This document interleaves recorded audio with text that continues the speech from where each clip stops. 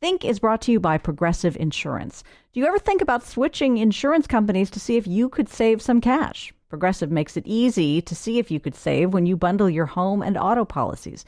Try it at progressive.com. Progressive Casualty Insurance Company and affiliates. Potential savings will vary, not available in all states.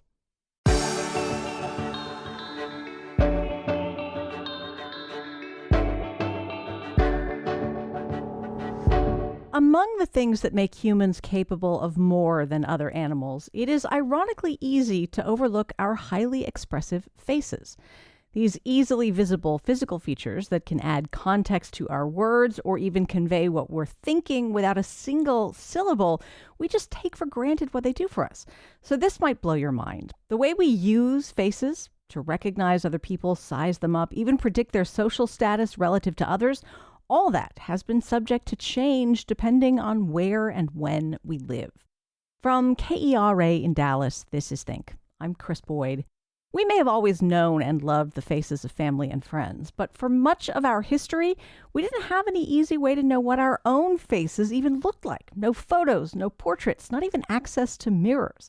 And the idea of famous faces, as my guest will explain, that is a surprisingly new development. Faye Bound-Alberti founded the Center for Technology and the Body at King's College London, where she leads Interface, the world's first and only multi-million-pound project examining technologies of the face. Her new book is called The Face, A Cultural History. Faye, welcome to Think. Thanks very much. Great to be here. We'll start with this. I mean, a lot of us use the word technology now as a synonym just for our wireless devices. Will you remind us of the broader meaning of the term so we can get a sense for how our faces count as technology?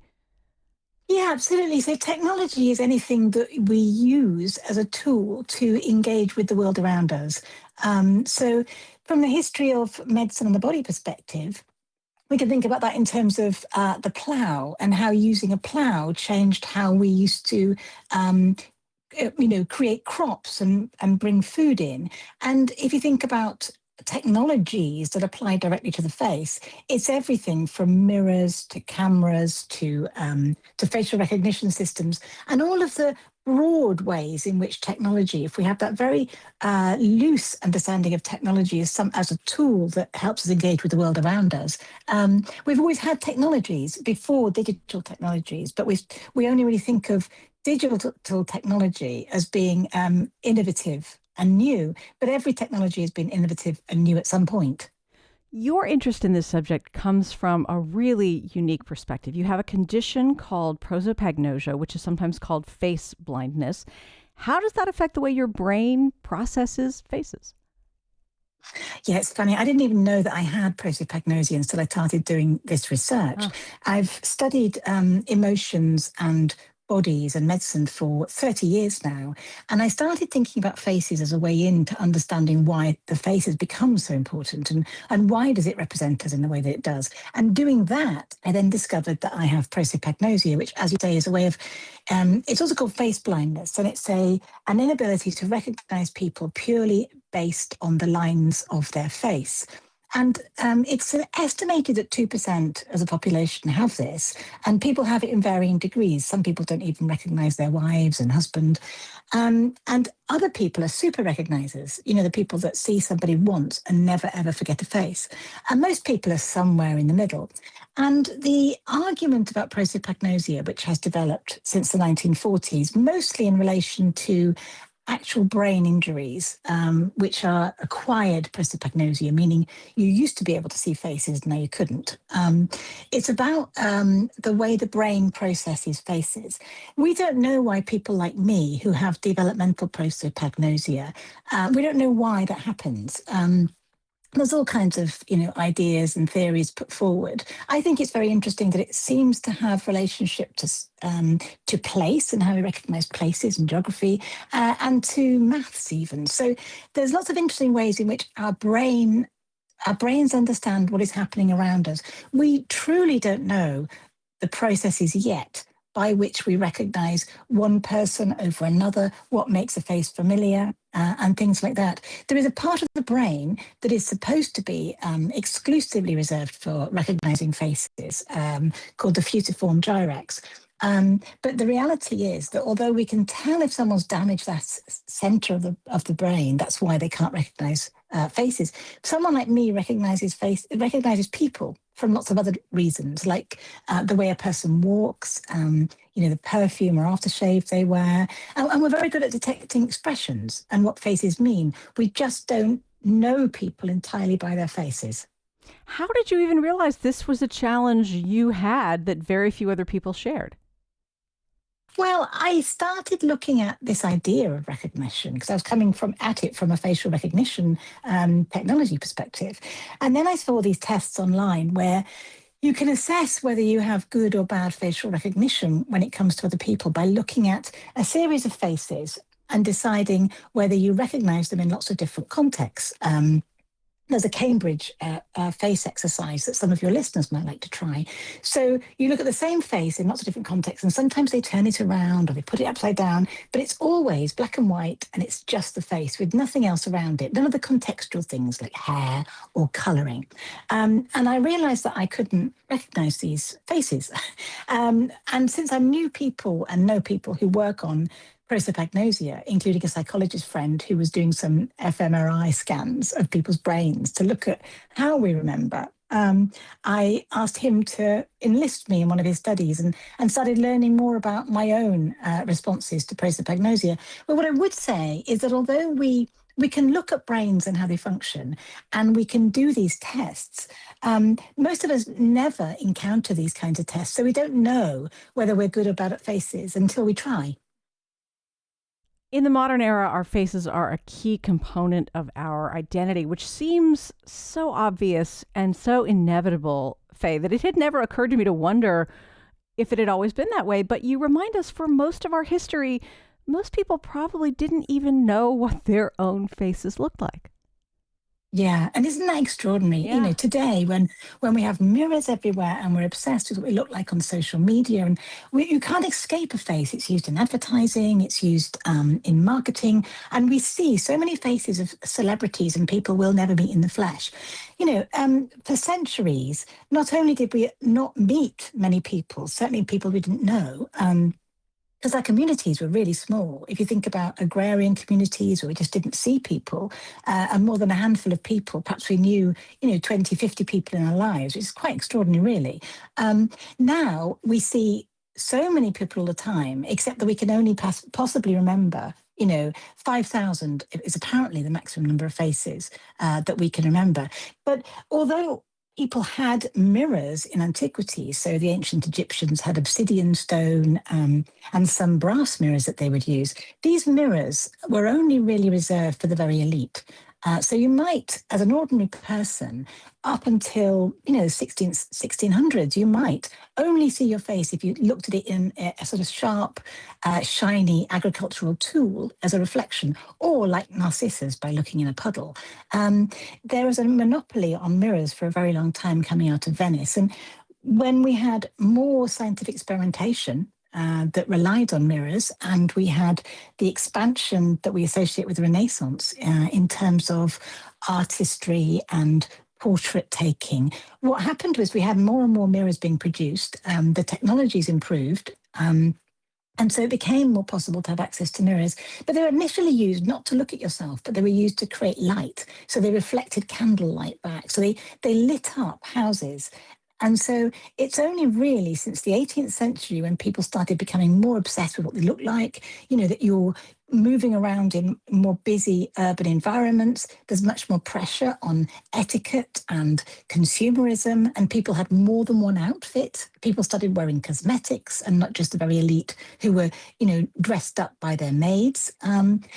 And so there becomes more and more focus on mirrors. And by the 19th century, it becomes mass production in factories, and it becomes cheap to produce. So it's only really since the 19th century that they've been in every household. And I think that represents such a massive shift in how we consider ourselves, but also our relationship to other people. So nowadays, we focus less on the face and what it's doing in terms of communication, and more on the face in terms of how do we look and how do we compare and are we good enough? I know vegans who say they don't want to eat anything with a face. We know, just about every animal we can identify has something like a face, not all of them. But what makes the structure and function of human faces so different from our closest primate cousins, the chimpanzees? Yeah, so unlike chimpanzees, we have many, many more muscles in our faces. And that's because we have evolved in social groups, but social groups that are far more complicated than any other primate. So if you think about programs that show chimpanzees communicating, there's a lot of grimacing and there's laughing and there's kind of a fear and there's a fear face and a very limited range of emotional expressions. If you think about humans communicating, and there's often really subtle codes and behaviors where people communicate to each other to signal all kinds of things in secrecy between people, and that's to do with the facial structure. But what's interesting to me too is that when we think about, I don't know, reconstructing the faces of Neanderthals, and we tend to reconstruct them to look like ours and to be, subtly smiling or looking cynical. We don't know if Neanderthals had the same range of facial expressions that we do. Neanderthal people did not have such extensive groups of people that we live in. So the more complicated our society has become, the more nuanced it's become, the more complex our range of facial expressions has become. You mentioned it took a very long time for mirrors to be commonplace, especially for, people who weren't very wealthy.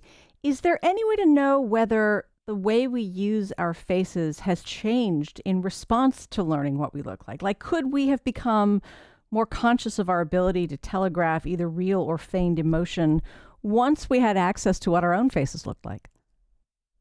That's such a good question. I mean, what I would say from anthropological studies in places like Fuji, where people didn't have mirrors, what we find is a much more emphasis on communication and less sort of self consciousness. So, potentially, not having mirrors means that we develop our consciousness and develop our sense of personhood in a different way. And I think that's particularly interesting if you think about the effects of social media, the negative effects, and the ways in which people worry, obsess about their faces in a way that they never have to the degree that we see now, especially in young people. And we also find a kind of standardization of facial expressions and how we're supposed to look, which is very much coming out of photography and cinema and the sort of Hollywood face. Lots of the studies that have gone into facial expressions and how people communicate derived from the work by Darwin. So Charles Darwin did these experiments and studies because he was trying to understand what is the connection between human and animals. And his connection was very much thinking about baring your teeth in anger being a way of, in the past, you would bare your teeth because you would use your teeth to fight. So he called these kind of vestigial expressions that simply showed that we evolved as humans. Humans evolved. And he used facial expressions as one of the evidences of of human evolution. Now, what we find in the 1960s is that when anthropologists and psychologists are trying to standardize and explain differences between different groups of people around the world, they rely on this idea that we all communicate in the same way and our facial expressions all mean the same things. And there's been quite a wrestling between anthropologists and psychologists since then about how far are our facial expressions exactly the same regardless of where we live, and how far is it that people see other people communicate by their faces all the time and then copy them. And I was thinking about this in relation to my own children. And I'm sure that you've had experience of this. You look at children learning to be human and they are copying what they see around us. And that could be something as simple as thinking about Japanese display codes in relation to American display codes. And we noticed this during the COVID pandemic, because American people, a lot of their emotional communication is centering on the mouth. Whereas for Japanese people, there's much more focus on the eyes. It was harder to communicate because all of that trained focus, if you like, had been on the mouth. Faye, to go back to this question of, the frustration that many Americans had over masking requirements during the pandemic, is there any way to know whether people were upset that they couldn't see the faces of other people and read them more easily, or were they upset that their own faces couldn't show and they couldn't sort of use the full range of their expressions to communicate? Yeah, so anecdotal evidence says a bit of both. I mean, it got dressed up very much as a conversation about rights and whether or not anyone had the right to ask you to cover up. But actually, I think just as interesting is what that did to our human communication. We know that, for example, that there's been a slight delay in young children learning how to behave socially because of that strange COVID time where our normal ways of communicating went out the window and we communicated differently. We also know from talking to people who have very severe facial injuries that during COVID it was an enormous relief for them because they could wear a mask and be treated like any other person and not be subjected to kind of whispers and stares. And we also know that people who maybe have neurological divergence and find it difficult to interpret what other people are saying found it particularly difficult when people were masked. So all of the time we are decoding and interpreting the sort of complex nuance of human emotions and behaviors. And mask wearing, unless we are used to it, we are used to reading people's eyes to try to understand what's really happening. It throws you. It's very difficult. So I think there's lots of reasons why people found it frustrating not being able to be understood, particularly if you think about people who don't have very good hearing. And rely on lip reading and things like that. So it was a very interesting experiment in actually how important our faces are for human communication. The earliest art we have found from the Paleolithic era doesn't tend to feature human faces at all. There are these highly detailed pictures of, buffalo and bears and different animals. What might the dearth of human faces tell us about early peoples and their cultures and their values? I was fascinated by thinking through, the earliest cave art because, as you say, there's immense artistic skill that goes into depicting animals. And when you see humans, they're very much groups of humans being together doing things. There's a lot of focus on hands. If you think about all the hands in the Chauvet caves in France, and in part, yes, hands are pretty easy to do because you just sort of you decorate them with inks and paints, and you can plaster them all over the wall. But the number of ways in which we see people doing things using their hands does suggest to me that that collective sense of being around people, doing things with people, was far more important than what they looked like. Because if you think about it, your survival would have been dependent on being in a group of people. You wouldn't have lasted very long on your own. And in the history of representing faces, if you look at the art, say from the ancient Greek period, what you see is a very kind of stylized understanding of faces. There's not really any attempt to make people look like they really were in sculpture, for instance. There's a focus on what used to be called physiognomy, which is an ancient Greek way of reading the face as a way of depicting character. And in part, that's why we have the presumptions and the prejudices that we do about, does this person look trustworthy? Do they have small eyes? Do they have a big nose? All of these ideas that we've incorporated as part of how we read people come from the ancient world. And over time, and particularly during the Renaissance, because although, again, we had a lot of artistic skill in the medieval period, the focus was more on religion and more on symbols of power than it was on individual psychology. It's only really with the Renaissance that we have a lot of effort in depicting individual facial expressions and depicting individuals as specific people, a named person, rather than a generic symbol of a lord that you might have on a coin. So much more focus on individual appearance that actually is also compatible with the rising emphasis on humanism, which the Renaissance rediscovered from the ancient world, but it also rediscovered the ideas of physiognomy and the prejudice about what you look like. So we have this fascinating relationship in the history of art, where over time, the idea of the individual, the person, is reflected in the art that we find and vice versa. So by the time you get, the expansion of portraiture in the 18th and 19th centuries, and then you have photography and the democratization of the portrait, where ordinary people could have images of themselves. It's taken for granted that that we want a depiction of us specifically. And that's largely to do with the camera, and it's to do with the popularization of all kinds of material culture that centers on capturing people's faces and that we can carry around with us as symbols of love, as symbols of connection, but also as a way of kind of capturing prisoners and knowing when somebody is on the run. So we have a whole system of technologies that is based on identifying people as a result of their face. Something I've always wondered about is this. The ancient Greeks and Romans got very good at depicting individual faces, as far as we know. I mean, we can't, call up a photograph of the person being depicted, but, sculptures were very highly detailed. And then, centuries pass in the medieval period in Europe. There were some faces depicted, but often they were, generally speaking, those images were pretty crude compared with what the Greeks and Romans had done. What do we know about why in medieval times there were fewer very detailed faces depicted in art? Yeah, well, in medieval times, there was far more emphasis really on religious iconography. And if you think about how most people in the medieval period would have seen a face, it would probably have been in a church.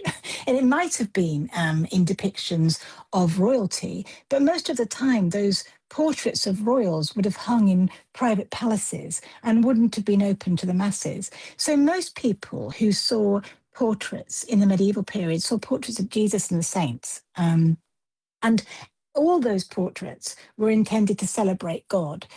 So if you were a patron and you were investing in promoting the work of an artist so that you can be depicted in a church, that was very much the emphasis. There was far less interest in depicting somebody as a unique ruler or focusing on how the shape of their profile indicated that they were intended to, to be evidently good ruler because of their physiognomy and the shape of their nose or the size of their eyes, in the same way that we see with Alexander the Great on a coin. Alexander the Great, his tutor was Aristotle. Aristotle was one of the founders of physiognomy. And Aristotle wrote about the fact that, you couldn't have small eyes because that meant you lacked vision. You had to have a good square jaw because that meant you were strong.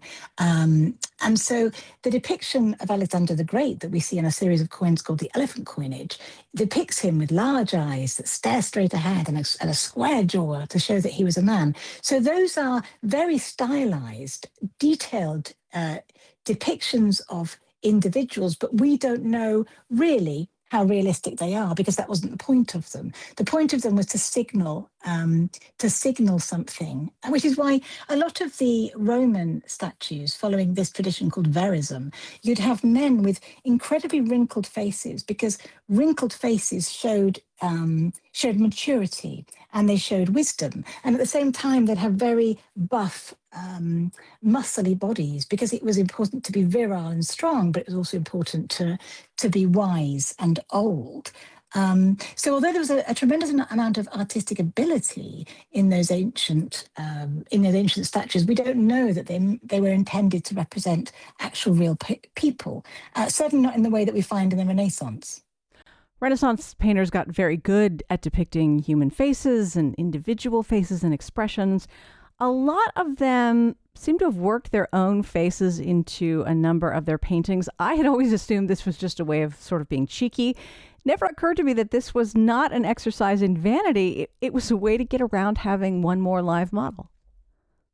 Yeah, exactly. And of course, mirrors are around for the first time. So artists could spend, if you think about someone like Rembrandt, they could spend weeks, months, years studying the emotions of their face, studying the angles of their face, and being able to reproduce that, so that when they were commissioned to undertake these crowd scenes or these incredibly detailed portraitures to celebrate the life of a person, it meant they were able to do far more detailed portraiture that focused on the humanity, because in the age of humanism, it was all about celebrating the individual. And we also see the rise of the artist. For the first time, he's not just seen as a tradesman anymore. And I say he because it was usually a he, but not just celebrated as a, tradesman and paid accordingly. But this celebration of the artist as this person who could bring, through a gift of God, bring something incredible to life.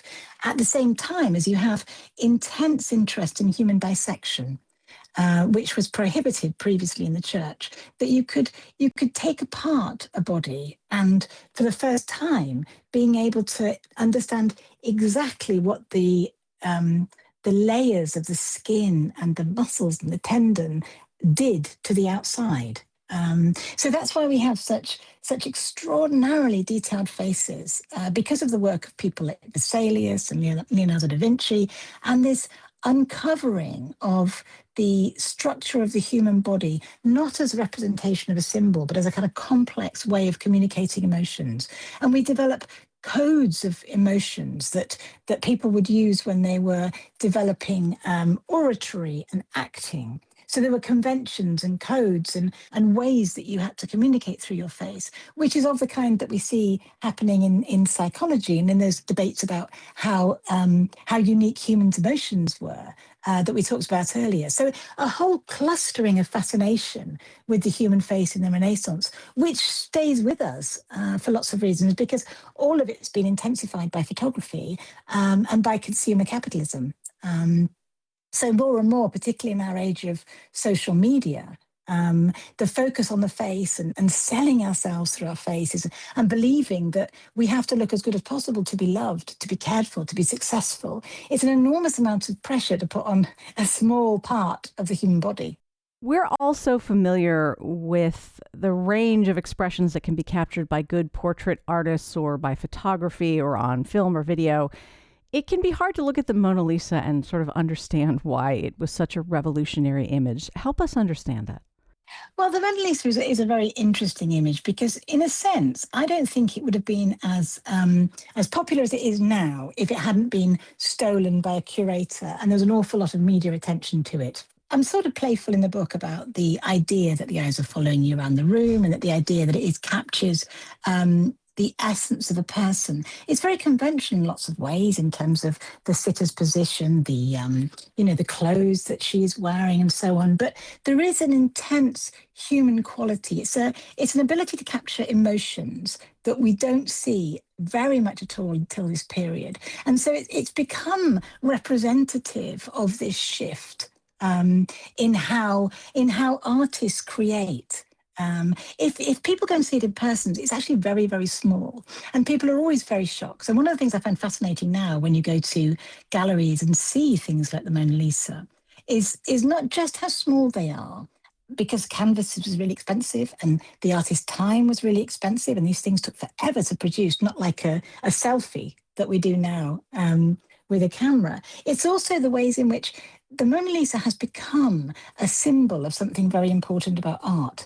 So it's very common not even to be able to get close to it without seeing people taking, selfies of themselves in front of the Mona Lisa, which is extraordinary because we're not actually looking at the art. We're looking at ourselves as reflected through the art. And then we can go to the museum gift shop and we can, buy tea towels or magnets or whatever it is with the Mona Lisa reproduced on.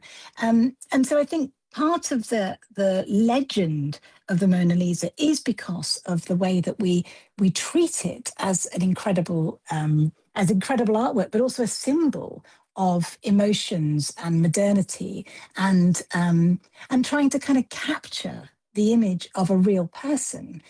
All of that is incredibly important.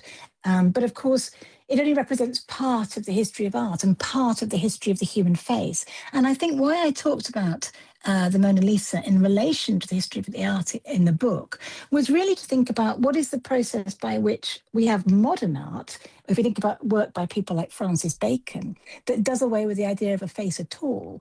That becomes possible and desirable because we have photography. So suddenly, if you can capture a face through a camera, And you don't have to worry so much about trying to capture someone's unique expression, or for the portrait to actually look like a person. Then the focus can shift. And so people like Francis Bacon, their focus is, well, we know that that is a face, but what is actually the person behind it? So modern art, which rejects the realism of something like the Mona Lisa, is really about playing with the idea of representation and thinking what's beneath it. And I think that that question, it feels very important now today, because we focus so much on the face, and there's so much homogenization of the face, particularly with cosmetic surgery and social media and people trying to look like each other, that I think it's quite a radical thing to do now, to ask, well, how else do we know a person? What is there about a person beside their face? Up until the First World War, we didn't even do in passports. We didn't have to have an individual photograph of yourself in a passport until the First World War, even though photography had been around since 1840s. And that in itself says quite a lot, doesn't it? So the technology was there. It just wasn't the thing that mattered most. Yeah, I came upon an old driver's license of my grandfather's after he died, and there was no Oh, photograph. And I just thought, what is the point of even amazing. carrying this thing? Yeah. Isn't it amazing? Because in the 19th century, in the Victorians, they loved to categorize people, they loved to classify them. And so, in the same way that the ancient Greeks worried about what you looked like and what it meant about you, and did the fact that you had small eyes mean that you were morally corrupt? Were you trustworthy? The Victorians did exactly the same thing, but they made it into a science. But the face becomes more and more important.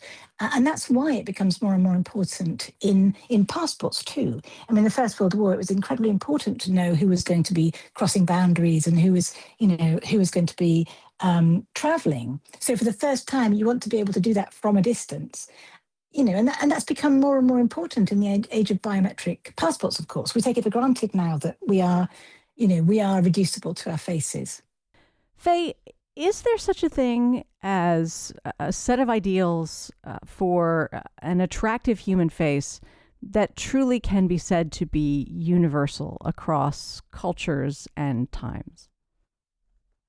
I don't think there is, no. And I think one of the tragedies really of the drive towards intensified cosmetic surgery, which we find now, is the belief that there is. I think there is such a variability of human expression.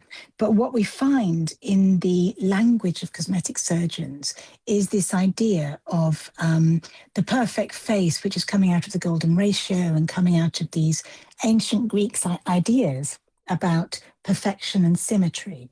Um, the challenge with that, of course, is that it was mostly used for buildings. And if it is used on faces, that was in an abstract ideological way, which has now become, it's now people are trying to enact it on the broad range of humans that are around the world. And what this means in reality is that it's become a shorthand for beauty on social media, because it's the idea of the golden ratio and harmony and proportion and the exact measurement of the length of the nose, for instance, being the same measurement as from the middle of the eye to the middle of the eye. These sorts of tricks and ideas that people use to identify what beauty and harmony is, they're not real. They have this the weight of history behind them, but they're not real. They are misused and misattributed.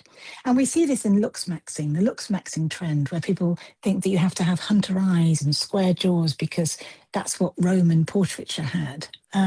It's the misuse and misappropriation of historical faces to be able to support what has become a kind of racist, imperialist idea of beauty now. And what we see in cosmetic surgery as peddled online is this idea that there is one universal image of beauty that everybody has to look like. But we know from the masks and the depictions that people use to work out and assess the golden ratio in your face, which you can see on many different websites. We know that it doesn't work if it's used on Thai people, if it's used on people of color.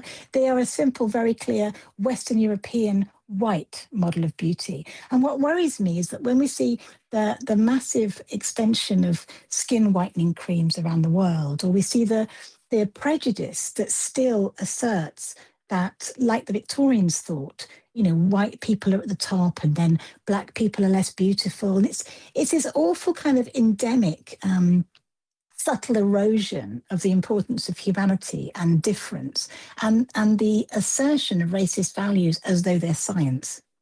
And I find that extremely worrying.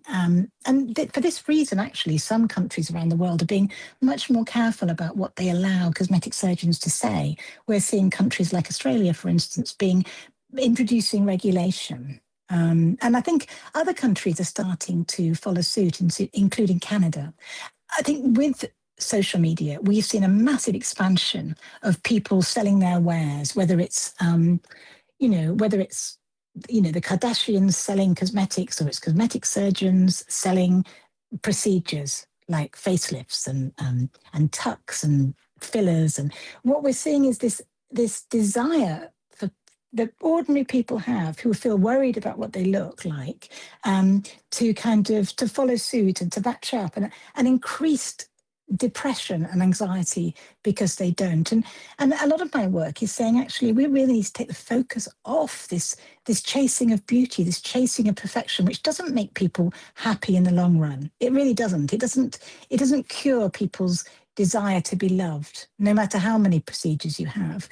There has to be more of a focus on the face as a unit of human connection rather than a commodity. And that's very much, I suppose, the drive behind the book as a whole. A unit of human connection, first and foremost. But I mean, right up there, and you point this out in the book, is that our faces contain critical functional anatomy, right? Mouths to eat and drink and talk, and noses to breathe and smell, and eyes to see. You point out the face is the only part of our body where all of the senses come together. Yes, absolutely. And it's one of the most important parts, if not the most important part of our humanity, which is why this becomes particularly critical when we think about face transplants and we think about people who have had the most horrendous accidents and they lose their face, or they lose most of their face. And historically, because of the ways in which the face is both emotional and communicative, but also functional, it helps us to chew, to swallow, to eat, to talk, to breathe. Because of those complexities, it's very, very hard to reconstruct by traditional means.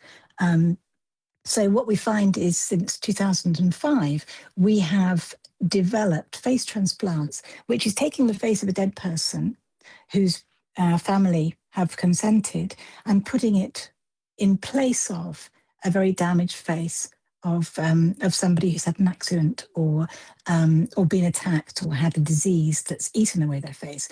And there are lots of reasons why, from a functional perspective, this makes sense, because what you're doing is something really quite miraculous, and you're restoring a person's ability to eat, to drink, to talk, and to walk down a street without being vilified.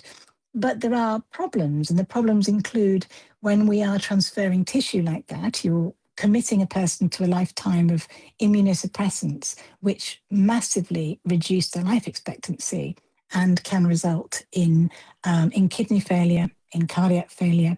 So the life expectancy is reduced to about 10 years. In addition to that, there's so many emotional and psychological issues about inheriting the face of a stranger that we haven't really begun to think through yet.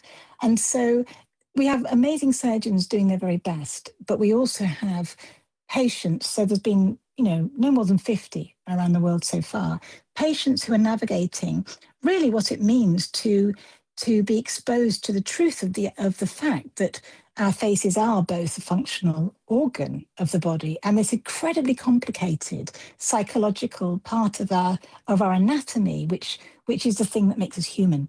And we haven't resolved this yet.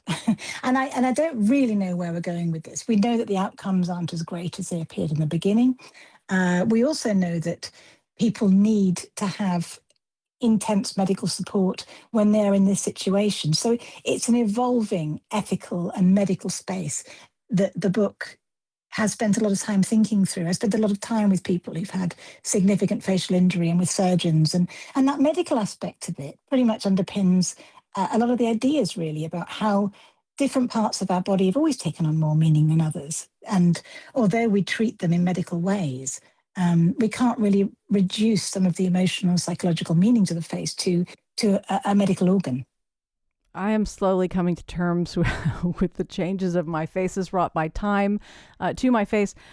I have thought about people who've had these transplants, about the emotional shock of, and it's a long healing process. It's not like it happens overnight, but the shock of seeing for the first time, looking in a mirror and seeing a face that does not look familiar to you. Yeah, I think what didn't I didn't think about in the beginning, but I realized through the research actually, because I spent about 7 years looking at face transplants and having the privilege of dealing with the incredible surgeons and patients and family members involved. When you have a face transplant, you are not going overnight from your face, the one that you were born with, to the face of a stranger. You're going from your face to an incredibly damaged face where you might have lost, your mouth, your nose, your teeth.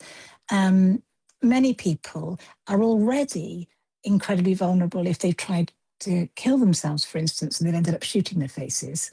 Um, you're going from a face that's been so damaged that you've spent months in physiotherapy, that you've had maybe 20, 30 operations. You've had such a lot of loss and you've had the vilification by other people, in addition to the trauma that you lost the face for in the first place, that by the time you have a face transplant, it's a different road. So you're looking at the face, having already had the damage. So in a sense, it's the third face that you get. And so the shock is not as pronounced as you might imagine. And the second thing I would say, which is, I think, fascinating, is that the people who seem to do most well are people who are blind. And in a sense, it kind of makes sense, doesn't it? Because we're not seeing the different face in the mirror, but we are hearing in the voice of other people how they're responding to us. What we don't really think about enough is the impact on families, and I think it's the impact on donor families, but it's also the impact on families whose loved ones have changed overnight and look different. And I've spoken to daughters who don't feel comfortable that their fathers are the same people. There's such a transformation of the other person, which is a reminder, really, that although our faces are the part of our body that's the most individual and the most ourselves, they're also, because of the communication element and because of our social relationships, they're also social organs. So they are how we are known. And when we think of our loved ones, we think of their faces, don't we? We think of them smiling, we think of moments that we've shared together. And we think of intimacy with other people. So they're never just medical organs that only belong to us. Faye, there was the era before most regular people had much of an idea at all about what their own faces looked like and were maybe not self-conscious in that way. Now we've entered an era where not only do we know what our faces look like, but everywhere we go, whether or not we are aware of it, we are probably being captured by closed circuit television and, photography, just trying to monitor who's coming and going, even from not just airports, but, stores and on the street. How much do we need to be worried about the technology confusing our face with that of another person? Yeah, well, of course, there's deep fakes as well, isn't there? And there's deliberate kind of subversion of the truth of a face. And I think there are genuine reasons to be concerned, and there are reasons to want more regulation. And I think in the history of science and technology and medicine, what happens is, and we see this in face transplants, but we see it in every technology, something is created and invented that's going to make our lives easier. There are always perceived challenges. Is it worth it? Should we do it?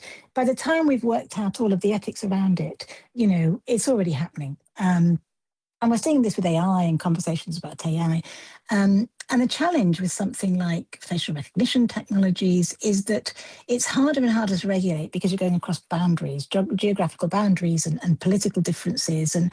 And what is needed is some sort of regulation that is able to deal with the algorithmic bias at the very least, because we're finding that because of the ways in which we develop algorithms, where we input data that's primarily based on white men, we end up with a lot of misidentification in facial recognition technologies for people of color and women.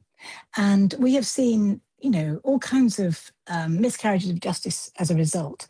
But what we are doing is we need to address some of those algorithmic biases and address why it's happening. But we also think we need to think very carefully about the ways in which we are routinely capturing faces and deciding what they mean. So it happens in supermarkets, for instance, where people are being surveilled, looking at things on shelves, trying to assess whether or not they desire a certain thing, and it's coded and reading their expressions all the time.